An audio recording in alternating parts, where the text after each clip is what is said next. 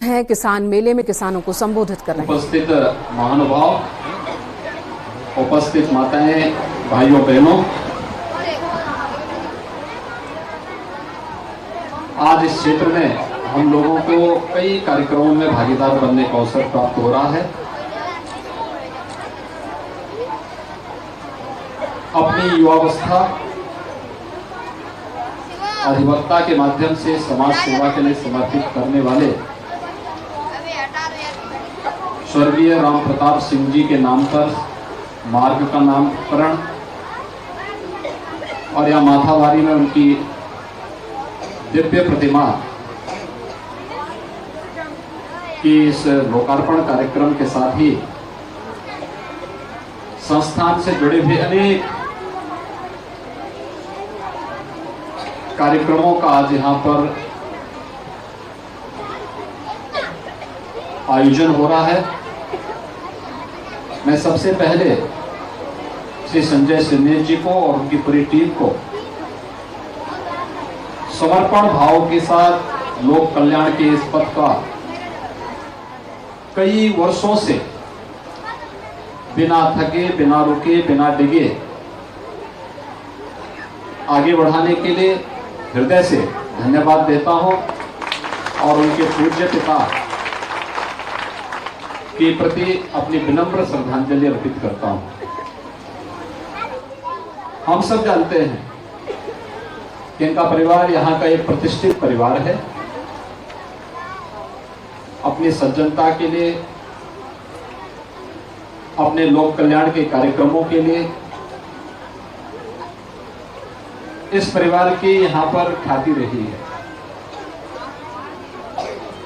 और उसी सज्जनता को उसी सहजता के साथ आगे बढ़ाने का उन्होंने भरसक प्रयास किया। वे भारत सरकार की सेवा में थे, अनेक महत्वपूर्ण दायित्वों का निर्वहन कर रहे थे, लेकिन वहां की व्यस्तता के बावजूद समय निकाल करके अपनी मातृभूमि के साथ निरंतर उनका जुड़ाव बना रहा है। ये जुड़ाव सहसा नहीं है, अचानक नहीं आया है। ये आकर्षण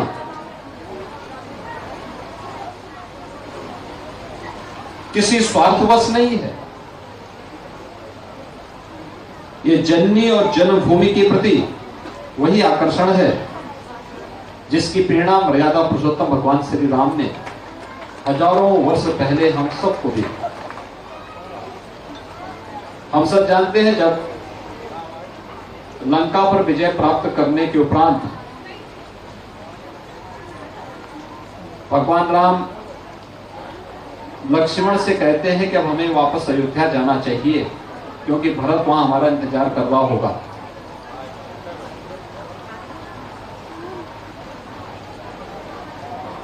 तो लक्ष्मण उससे पहले लंका नगरी को देख चुके थे। उनकी इच्छा थी कि कुछ दिन यहां रहा जाए। अक्सर होता है जब कोई विजेता होता है तो वह सोचता है कि जिस पे हमने विजय प्राप्त की है हम देखें क्या है। लेकिन उस समय भगवान राम ने लक्ष्मण को एक ही बात कही कि लक्ष्मण, यहां का राजा अब हम नहीं, विभीषण है।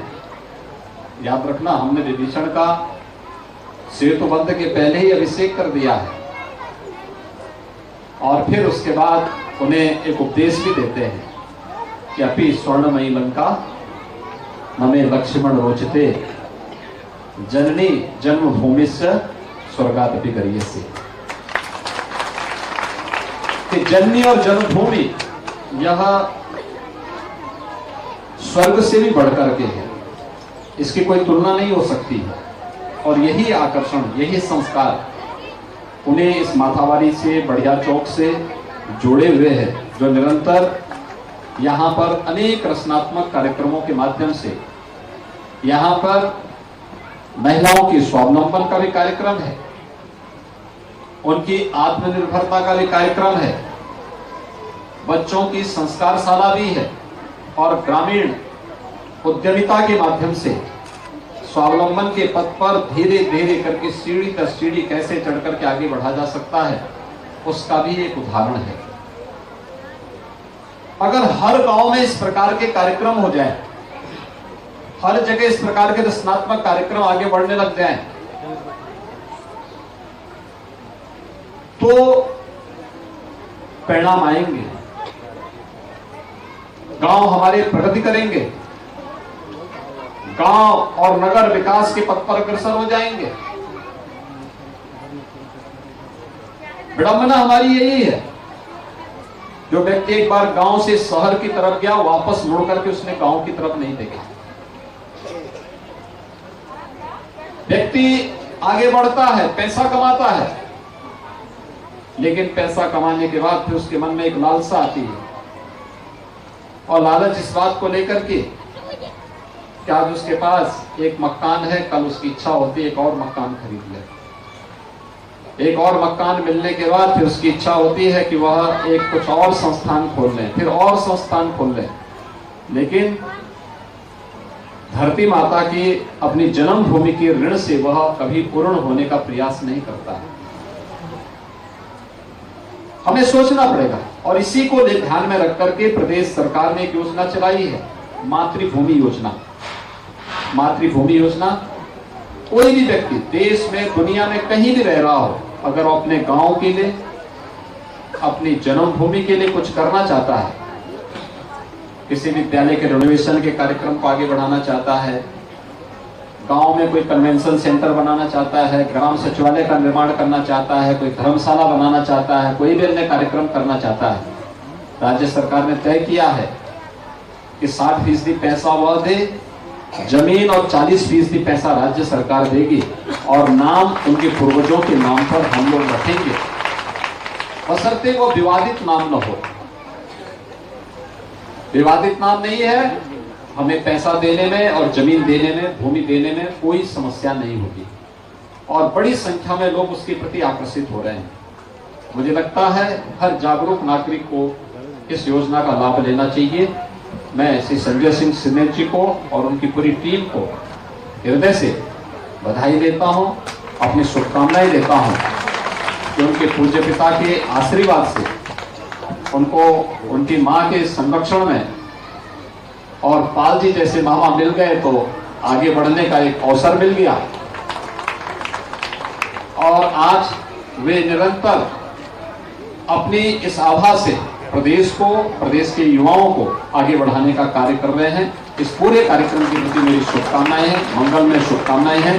धन्यवाद, जय हिंद। बहुत बहुत धन्यवाद माननीय। पर जोरदार तालियां आपके आशीर्वचनों के लिए। आप जिस तरीके प्रदर्शनी का उद्घाटन किया है मुख्यमंत्री योगी आदित्यनाथ ने। उद्घाटन के बाद यहां मौजूद लोगों को उन्होंने संबोधित भी किया। महिलाओं को आत्मनिर्भर किया गया, इस दिशा में लगातार प्रयास किया जा रहा है। महिलाएं स्वावलंबी हो रही हैं, गांव विकास के पथ पर आगे बढ़ चला है। अपने गांव के बारे में सोचें, ये बहुत आवश्यक, बहुत जरूरी है। इन तमाम बातों का जिक्र मुख्यमंत्री योगी आदित्यनाथ ने इस मंच से किया है। इस दौरान उनको देखने और सुनने के लिए भारी संख्या में लोग भी यहां पर पहुंचे हुए थे। मुख्यमंत्री योगी आदित्यनाथ ने कई लोगों को इस मौके पर, लाभार्थियों को योजनाओं का लाभ भी दिया। स्लाइडिंग जोन की वजह से मलबा और बोल्डर लगातार गिर रहे हैं, जिसकी वजह से आवाजाही में दिक्कत हो रही है। हादसे का भी खतरा बना हुआ है। NH 58 की तस्वीरें हम आपको दिखा रहे हैं, जहां पर तोता घाटी मुलिया गांव के पास लगातार पहाड़ी से मलबा और बोल्डर गिर रहे हैं। यात्री जान जोखिम में डालकर भी यात्रा को मजबूर हैं। डीएम का कहना है कि स्लाइडिंग जोन के ट्रीटमेंट का काम शुरू किया गया है और जल्द ही इसे पूरा कर लिया जाएगा।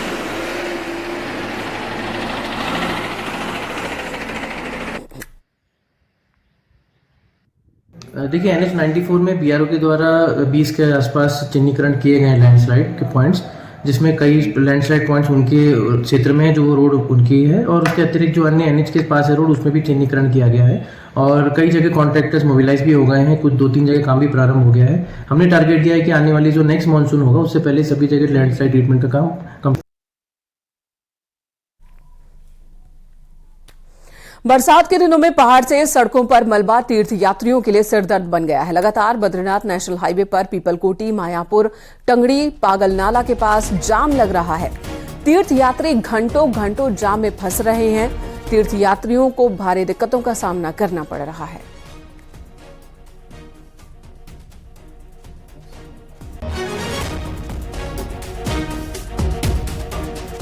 ये तस्वीरें हम आपको वर्तमान दिखा रहे हैं। में श्राद्ध पितृपक्ष के कारण जो यात्रा बढ़ी है, प्रसाद कम होने के बाद जो यात्रा बढ़ी है, इससे पीपलकोटी गडोरा से लेकर के जोशीमठ बद्रीनाथ तक बहुत जबरदस्त जाम लग रहा है। जो आदमी 3 बजे 4 बजे गडोरा पीपलकोटी पहुंच रहा है, वो रात को 11 बजे जाके कई तरह से जोशीमठ और बद्रीनाथ पहुंच पा रहा है।